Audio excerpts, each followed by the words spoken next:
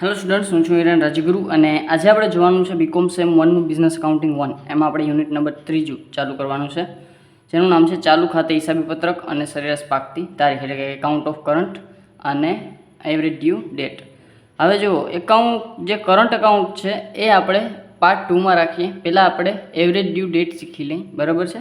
આપણે આ ચેપ્ટર 2 ભાગમાં કરવાનું છે, બંને વસ્તુ અલગ છે, બરાબર. આમ વસ્તુ વિષય બેયનો એક જ છે, બરાબર, કે દેવાદાર છે એ પોતાનું કઈ રીતે ચૂકવણું કરે છે એકી સાથે, અથવા તો એને એના ઉપર કેટલું વ્યાજ દેવું પડે છે એની જ ગણતરી છે, પણ બંને વસ્તુ અલગ છે. એમાં આપણે હિસાબો રાખવાના હોય છે અને આ આપણે તારીખ નક્કી કરવાની હોય છે ચૂકવણીની. એ બધી વસ્તુ છે એ આમાં આપણે શીખવાની છે. તો સૌપ્રથમ છે એ આપણે એવરેજ ડ્યુ ડેટની વાત કરી લઈએ. સરેરાશ પાકતી તારીખ શું છે? તો સરેરાશ પાકતી તારીખ પહેલાં તો આપણે અર્થ લખ્યો છે, આપણે અર્થ સમજી લઈ અને પછી આપણે એનું છે એ ખરેખર એક એક્ઝામ્પલ તરીકે શીખશું. સરેરાશ પાકતી તારીખ એટલે એવો દિવસ કે જે જુદી જુદી પાકતી તારીખે જુદા જુદા દેવાઓની કુલ રકમની એકી સાથે ચૂકવણી કરવા છતાં દેવાદાર અને લેણદાર બંનેમાંથી કોઈને વ્યાજનું નુકસાન સહન કરવું ન પડે. હવે આપણે આ જે મિનિંગ વાંચ્યો એમાં આપણે એવું જોયું કે ભાઈ દેવાદાર અને લેણદાર બે જણા છે અને બંને એક જણાને ચૂકવવાનું છે, એક જણાને લેવાનું છે, અને બંનેમાંથી કોઈને વ્યાજનું નુકસાન સહન ન કરવું ન પડે. એટલે કેવા શું માગે છે? તો એક ઉદાહરણ દ્વારા આપણે સમજી લઈએ કે વસુલીભાઈ અને ગોપાલ નીચે મુજબ ઉધાર વેચાણ કરે છે. વસુલીભાઈ છે એ ગોપાલને વેચાણ કરે છે, બરાબર. તો કઈ રીતે વેચાણ કરે છે? તો કે ભાઈ તારીખ છે અને પાકતી તારીખ છે. હવે સર, તારીખ અને પાકતી તારીખ એટલે શું? તો પહેલાં તો તારીખ એટલે જે દિવસે વેચાણ થયું છે એ દિવસ, અને પાકતી તારીખ એટલે જે દિવસે વેચાણની ચૂકવણી કરવી પડે, બરાબર છે. એક ડ્યુ ડેટ આપે તમને, બરાબર, કે એ સમય પછી તમારે ચૂકવણી કરી જ દેવાની છે. ફોર એક્ઝામ્પલ, ગોપાલે 1/4/2023ના રોજ વેચાણ કર્યું છે, બરાબર. વસુલીભાઈએ, બરાબર, વસુલીભાઈએ 1/4/2023ના રોજ 30,000નું વેચાણ કર્યું છે અને એને એમ કીધું છે કે ભાઈ 1 માસમાં તારે મને પૈસા ચૂકવી દેવાના છે. તો એની 1/5/2023ના રોજ એની શું છે? પાકતી તારીખ છે. એટલે કે મેક્સિમમ એને 1/5/2023 સુધી ચૂકવણી કરી દેવાની છે. જો એ 1/5/2023 સુધી ચૂકવણી કરી ન શકે તો એને આ 30,000 ઉપર જે તે પર્સન્ટેજમાં જે નક્કી કરેલી હોય એમાં એને છે એ વ્યાજ ચૂકવવું પડે, બરાબર છે. જો એ આ સમયગાળા પહેલાં વેચાણ કરી દે તો એને કાંઈ ચૂકવવાની જરૂર નથી, પણ જો એ આ સમયગાળા પછી ચૂકવણી કરે તો એને છે એ વ્યાજ ચૂકવવું પડે, બરાબર છે. તો હવે વસુલીભાઈ અને ગોપાલ, હવે જો કોઈ પણ ટ્રેડર છે અથવા તો કોઈ પણ ધંધાર્થી છે એ જ્યારે ખરીદ વેચાણનો ધંધો કરે છે ત્યારે એક જ વ્યક્તિ પાસેથી એક જ વખત જે છે એ ખરીદી કે વેચાણ કરતો નથી. એ વારંવાર આવા છે એ શું કરે છે? ટ્રાન્ઝેક્શન કરતો હોય છે. એટલે કે એકી સમયગાળામાં, એટલે કે દાખલા તરીકે 6-7 આપણે છે એ ટ્રાન્ઝેક્શન થઈ ગયા છે અને બધાય ઉધાર છે અને બધાની છે એ પાકતી તારીખ અલગ અલગ છે. હવે જુઓ, જે કોઈ ટ્રાન્ઝેક્શનની વચ્ચે 15 કે 20 દિવસનો ગેપ હોય કે મહિના દિવસનો ગેપ હોય તો દરેક મહિનામાં જે દેવાદાર છે એ અલગ અલગ ચેક સાઇન કરી અને જે લેણદારને છે એ આપતો નથી. એ શું કરે છે કે દાખલા તરીકે 10 ટ્રાન્ઝેક્શન કે 8 ટ્રાન્ઝેક્શન છે અને ટોટલ મારે 2 લાખ રૂપિયા દેવાના છે, તો એને હું જે છે એ એકી સાથે કોઈ એક દિવસે છે એ ચૂકવી દઉં, બરાબર છે. આ જેટલા ટ્રાન્ઝેક્શન છે એ વારંવાર જે છે પૈસા ચૂકવવા જતો નથી. વળી ખરીદી કરે ને વળી મહિનાથી પછી પૈસા ચૂકવવા જાય ને વળી બીજી ખરીદી કરે ને વળી મહિનાથી પછી બીજા પૈસા ચૂકવવા જાય ને વળી ત્રીજી ખરીદી કરે. તો એવી રીતે એ કરતો નથી, જેથી કરીને એને બધા જ ટ્રાન્ઝેક્શન છે એની એકી સાથે એને ચૂકવણી કરવી છે, બરાબર. તો એકી સાથે ચૂકવણી કઈ રીતે કરે? હવે આપણે વ્યાજની વાત કરી લઈ. તો હવે એકી સાથે એ ચૂકવણી એ દિવસે કરશે એવો એક પર્ટિક્યુલર ડે લેશે કે જેથી કરીને વ્યાજ છે એ દેવાદારને વધારે ચૂકવવું ના પડે, એટલે કે ગોપાલને વધારે વ્યાજ દેવું ના પડે અને વસુલીભાઈને પણ વ્યાજનું નુકસાન ના થાય. તો સર એ કઈ રીતે? હવે ફોર એક્ઝામ્પલ, ગોપાલ એમ કે હું બધા પૈસા છે એ 1/4ના રોજ, એટલે કે 1/5 એટલે કે પહેલી ડ્યુ ડેટ આવે ને ત્યારે જ હું તમને બધાય પૈસા છે એ દઈ દઉં, અથવા તો 1/6 કે 1/7ના રોજ હું તમને બધાય પૈસા છે એ દઈ દઉં, બરાબર છે. તો વસુલીભાઈ શું કહેશે? ના ના, એમ નથી કરવું. શું કામ? કે જો તમે અહીંયા પૈસા દઈ દો ને તો આના બધા વ્યાજના મારા પૈસા હાલ્યા જાય, બરાબર છે. તો અહીંયા મને કોઈ વ્યાજ ના મળે, મને માત્ર આ 2 વસ્તુનું જ વ્યાજ મળે, કારણ કે આ 2 ડ્યુ ડેટ આવી ગઈ છે, બરાબર. એટલે મને માત્ર આ 2ના જ વ્યાજના પૈસા મળશે, આ બધાના વ્યાજના પૈસા મળશે નહીં. અને વસૂલીભાઈ એમ કહે કે વસૂલીભાઈ કે તું એક કામ કર, તું એક છે ને બધાય પૈસા છેલ્લે દિવસે જ દઈ દે. તો ગોપાલ ના પાડે. શું કામ? કે ગોપાલને ખાલી આના એકના જ વ્યાજના પૈસા ના દેવા પડે, બાકી તો બધાના વ્યાજના પૈસા દેવા પડે, બરાબર છે. તો બેમાંથી કોઈને મન દુઃખ ન થાય એટલે આપણે એક મેથડ યુઝ કરીએ છીએ જેને કહેવાશે એવરેજ ડ્યુ ડેટ, એટલે કે સરેરાશ પાકતી તારીખ. એક એવી તારીખ કે બેયને સમથર છે એ થઈ જાય કે ગોપાલને વધારે વ્યાજ ના દેવું પડે અને વસૂલીભાઈને વ્યાજ વધારે ઓછું છે એના મળે, એને પણ સંતોષ થઈ જાય. એવી એક ડેટ છે એ નક્કી કરવાની હોય છે, એને કહેવાય સરેરાશ પાકતી તારીખ, બરાબર છે. ખબર પડી ગઈ? તો એવી તારીખ નક્કી કરવા માટેની એક પ્રોસેસ છે, બરાબર. તો એ ગણતરી આપણે જોઈ લઈએ એક વખત, બરાબર. અને પછી આપણે જોશું કે આમાં વસ્તુ ધ્યાનમાં શું રાખવાનું છે. સૌ પ્રથમ છે જુદી જુદી જવાબદારીઓની પાકતી તારીખો નક્કી કરો. હવે જુઓ, પાકતી તારીખો તમને કહી દીધું કે બરાબર એક ડેટ નક્કી કરવામાં આવે કે ભાઈ આટલા સમય સુધી તું છે મને ચૂકવણી કરી દેજે, નહીં તો તારે એના ઉપર વ્યાજ દેવું પડશે, બરાબર છે. તો એને કહેવાશે પાકતી તારીખ, એટલે કે જેટલા વ્યવહાર થયા છે એની બધાની પાકતી તારીખ નક્કી કરવાની છે. એ તમને ક્વેશ્ચનમાં આપી દેશે કે આના 2 મહિના, આના 1 મહિનો, અથવા તો પર્ટિક્યુલર તારીખ જ આપી દેશે. એમાં કાંઈ આપણે વધારે લાંબુ ગણવાનું નથી. સૌથી પ્રથમ પાકતી તારીખને શૂન્ય તારીખ તરીકે ધારો. શૂન્ય તારીખને પાયાની તારીખ અથવા તો પ્રારંભિક તારીખ પણ કહી શકાય. હવે જુઓ, સૌ પ્રથમ જે તારીખ પાકે છે ને, ફોર એક્ઝામ્પલ આટલા વ્યવહાર છે આપણી પાસે, બરાબર. એમાં સૌથી પહેલાં કઈ તારીખ પાકે છે તો કે 1/5/2023 વાળી પાકે. તો આને 0 તારીખ ગણી લેવાની. સર 0 તારીખ એટલે શું? એ આપણે જ્યારે સમ કરશું ત્યારે આપણે ખબર પડી જશે, બરાબર. પછી આપણે શું કરવાનું છે તો શૂન્ય તારીખથી દરેક પાકતી તારીખના દિવસો ગણો. હવે જો શૂન્ય તારીખથી દરેક પાકતી તારીખ એટલે આ આપણે શૂન્ય તારીખ છે, તો 1/5 થી 1/6ની હું કદાચ તારીખ ગણવા જાઉં તો મારે દાખલા તરીકે 30 દિવસ આવે, મહિનો દિવસે, એટલે આપણે અત્યારે ખાલી 30 દિવસ ધારી લઈએ છીએ, બરાબર. કારણ કે મહિના દિવસમાં 30 દિવસ હોય, બરાબર છે. તો 30 દિવસ છે અને આમે 30 દિવસ જ થાય, બરાબર છે. તો આ થઈ જાય 30 દિવસ.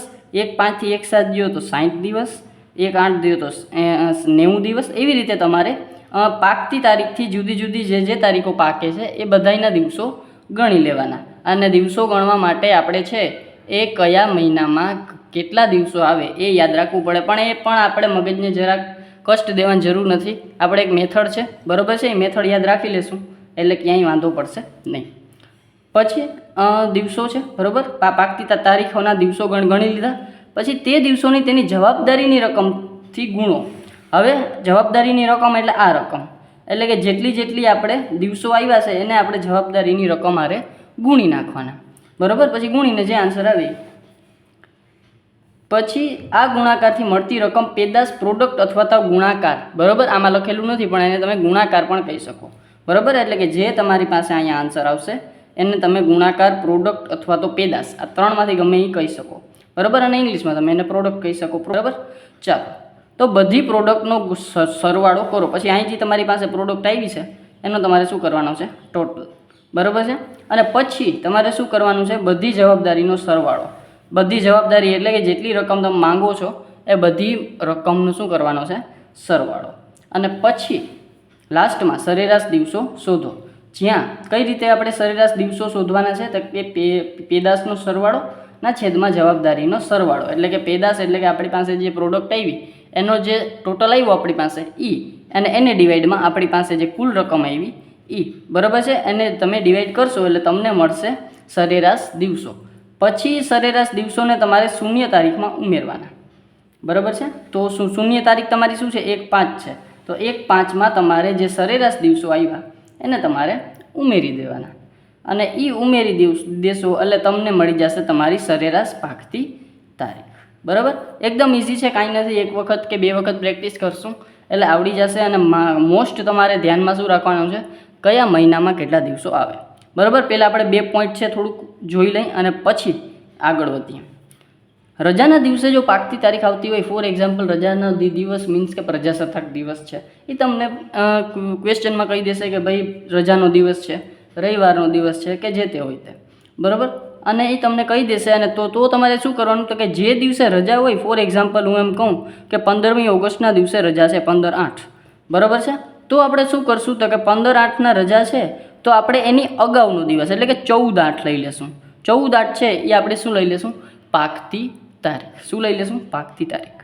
બરાબર છે. તો આવતી હોય તો તેને વાસ્તવિક પાકતી તારીખ ગણવા માટે અગાઉનો દિવસ લેવો.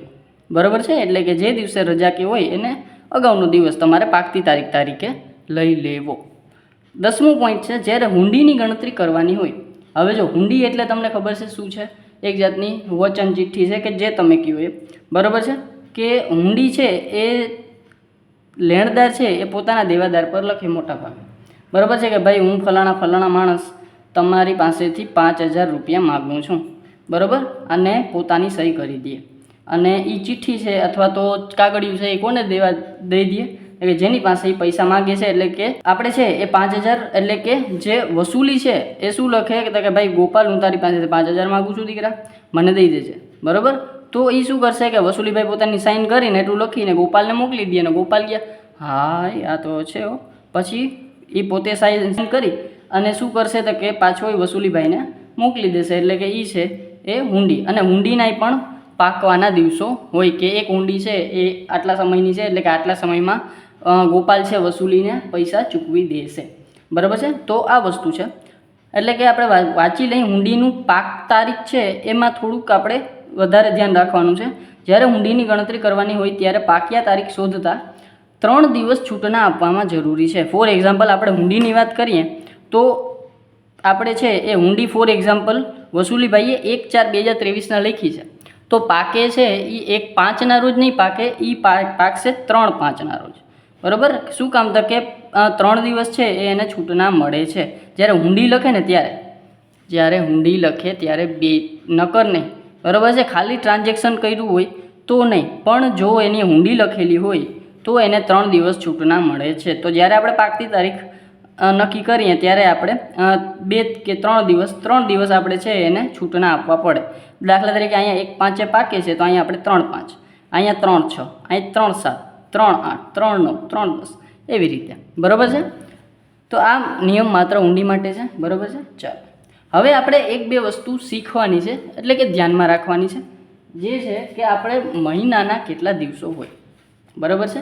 મહિનાના આપણે ફોર એક્ઝામ્પલ આપણને ખબર છે કે સર હવે 12 મહિના છે આપણી પાસે, તો જાન્યુઆરી, ફેબ્રુઆરી, માર્ચ, એપ્રિલ, મે, જૂન, જુલાઈ, ઓગસ્ટ, સપ્ટેમ્બર, ઓક્ટોબર, નવેમ્બર અને ડિસેમ્બર. સર આ બધું શું કામ લખ્યું? આ તો અમને ખબર છે. તો હવે ઘણા બધા સ્ટુડન્ટ છે એ શું કરે? પાણા ગણી લે. સર આ છે ને એ બહુ સારી એવી મેથડ છે, આપણને તરત ખબર પડી જાય કે કેટલા દિવસો કેમાં આવે છે. પણ આમાં વાર લાગે. એક મંથ માટે તમારે પાણા ગણવા પડે.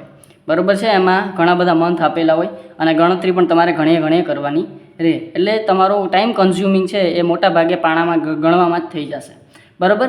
એના કરતાં એક સરળ મેથડ આપણે જે છે એ જોઈ લઈ. બરાબર છે. શું છે તો કે સર 4 જ મંથ ખાલી મારે યાદ રાખવાના છે, માત્ર 4 મંથ.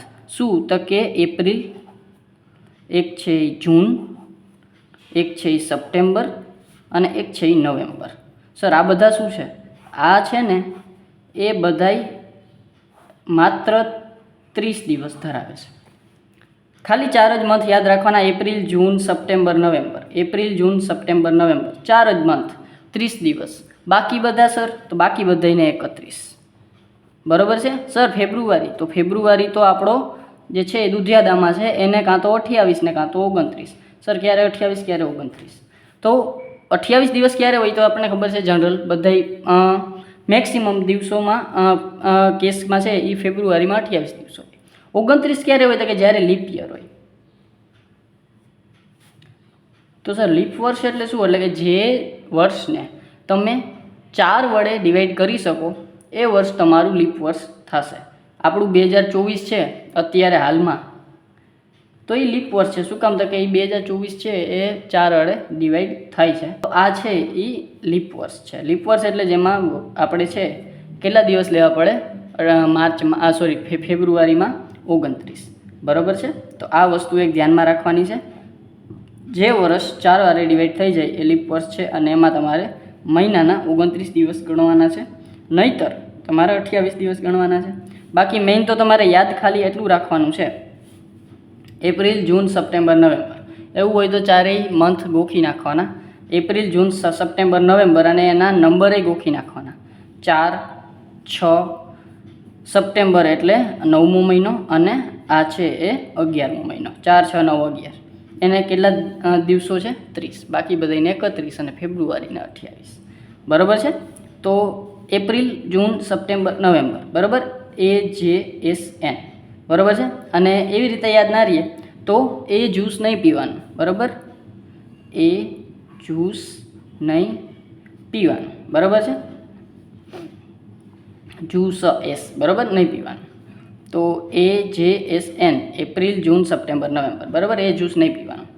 તો આ છે એ તમારો એક વસ્તુ છે જે તમારે યાદ રાખવાની છે. એપ્રિલ, જૂન, સપ્ટેમ્બર, નવેમ્બર, આ 4 જ મંથ તમારે મોટાભાગે યાદ રાખવાના થાય, નકર તમારે બીજું કાંઈ યાદ રાખવાનું થતું નથી, બરાબર. એટલે કે આમાં તમારે માત્ર આટલી જ વસ્તુ યાદ રાખવાની છે, બરાબર. આ સિવાય આપણે કાંઈ હશે વચ્ચે તો જો શીખી લેશું, પણ લગભગ છે નહીં, બરાબર છે. અને એકદમ ઇઝી છે, બરાબર છે ચેપ્ટર. અને આપણે છે એ જમનાદાસ જે છે એમાં બહુ લિમિટેડ ક્વેશ્ચન્સ આપેલા છે, અને ક્વેશ્ચન બહુ નાના છે, બરાબર. એટલે આપણે છે એ BS શાહમાંથી વધારે કરશું, બરાબર છે. બાકી છતાં કાંઈ ડાઉટ રહી જાય તો મને કોમેન્ટ બોક્સમાં તો તમે પૂછી શકો છો. આ સિવાય તમે મને ઇન્સ્ટાગ્રામમાં પણ મેસેજ છે એ કરી શકો છો. આ સિવાય આપણે છે આગળ હવે આના છે એ સમ કરશું. ચાલો, જો વિડીયો ગમ્યો હોય તો લાઇક કરજો, શેર કરજો તમારા ફ્રેન્ડ્સ સાથે, અને સબસ્ક્રાઈબ યા ચેનલને જરૂરથી કરી નાખો, જેથી કરીને આવતા વિડીયોઝ છે એ તમને સરળતાથી મળી રહે. Thank you.